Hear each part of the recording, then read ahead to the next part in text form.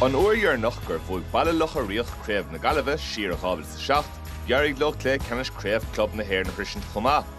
An éireocht ó aula ghéanamh mbliana, nó na éireochtas na fianna ó átlia starda go héana a bhaintach.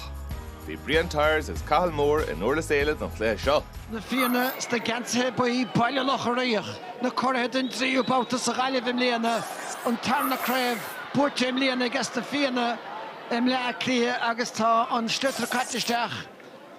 Gwe nach fiú trachtar lí sédan sa iadrum Dubradar agus tá siad chuún láthach pábail agus se chuún tíirnan Cilín is bhfuil an chiad scór fachtaige man amach go bhfuil do bailach a rioch.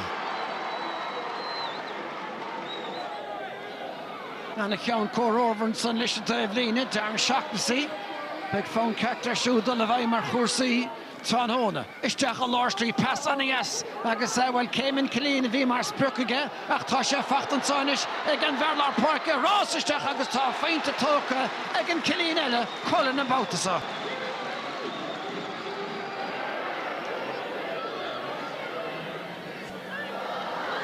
Simeún go Liamrush a leanúint tíirnan Cilín amach bheith an páirce agus de luigh den des leid gur ancuide é ach tá ancuide áirithe agus an lún boca amach.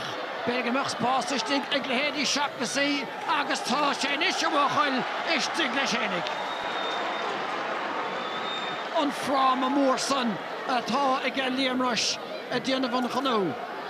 Amach a dún chliáin ag an lechúil lá se chun Jack Mahernis.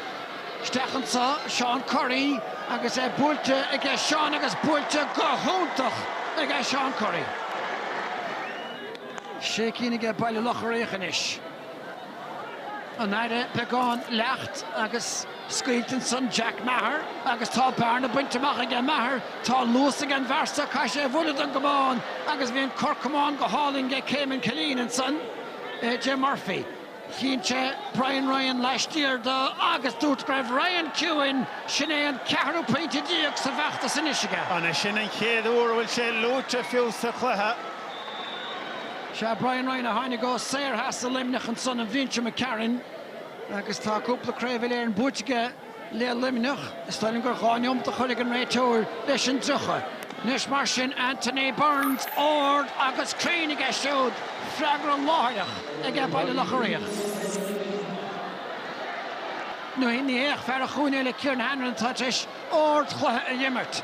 Liamrush a dolisteach ag úsáid a nirt agus an rám a mór san atáige. Cilín féhrú. Scoop amach an san ag esta fianna. Tá spás ag Stacey-inis. Cad ein cinne. An peint a hógant nó beidir dul níos a héisteach dhéanach peint an bhert go dír agus tá sé fachtaige ag Ciarán Stacey. Amach níos móna puc seas go cúig sna canílacha seo. Nes cháine mar díag go scoráil bailach a réach go déirnach.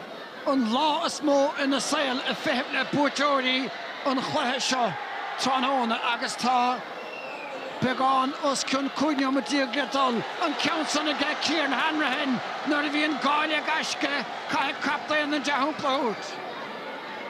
Se take ag an ciniúnach má tá na fianna go láidir sa chóireach sa go fóil. Stechan sanis grídío mai Clerkin. Decrachtaige fnacht na hasamh. Caiteach ag Jack Maher. No gúirlí oscailte Colin Curry bhfuil sé sin leis chu a Harris an trasnáin ag Curry an tríú ceann ag sa tarnala. Well, bhí na fianach an tosig nar a scóil scór óní róda me leis scíal. Cheapas gráidir tá bailach a réach chun tosig óhas ní mar a bheag nó bhór ach seo seanta ag Jack Maher íseal sóirithe agus tá sé chu a Harris an trasnáin ag AJ Murphy. Má bhí cainte ráma meil tháinig sé gan chuine ar a líad fuair sé an peinte an áde le seach na síon san. 8 diomad fáca ar a glog na sár séalaigh ó chorca agus tá bhfuil Greinbí a dhicasú do náitiag na fiochan ar a gluthe le cheanna séile tíirnan Cilín le freagra agus sin tréas a tarna le na freagraí atá ag bailach a réach ar scórna na bhíonna. Bailach a réach i titim siar beagán inis a dtíirigh beidir an Forras Bar a chosint. Ceann tóca ag Colin Curry agus tá an fersta gimmert go húntaach ar fad sa tarna le agus tá pointe eile fósaige.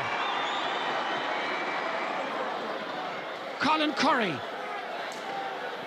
Blocáil dianta sin potúna ga Kiri, seach le Stacey, tá súr típla ach caiise a bheith cuaramach, Stacey treis bearnach rathú, AJ Murphy chun in peinte a scóráil a chuirigh na fianna chun tosig. Nes tána dóg séite a ga Colm Lyons, while thóg sé stóir na fianna dul chun tosig sa chlutha seo. Dhéanamh éis sin treis seachtna am is le chéad agus tá an bheartaíonta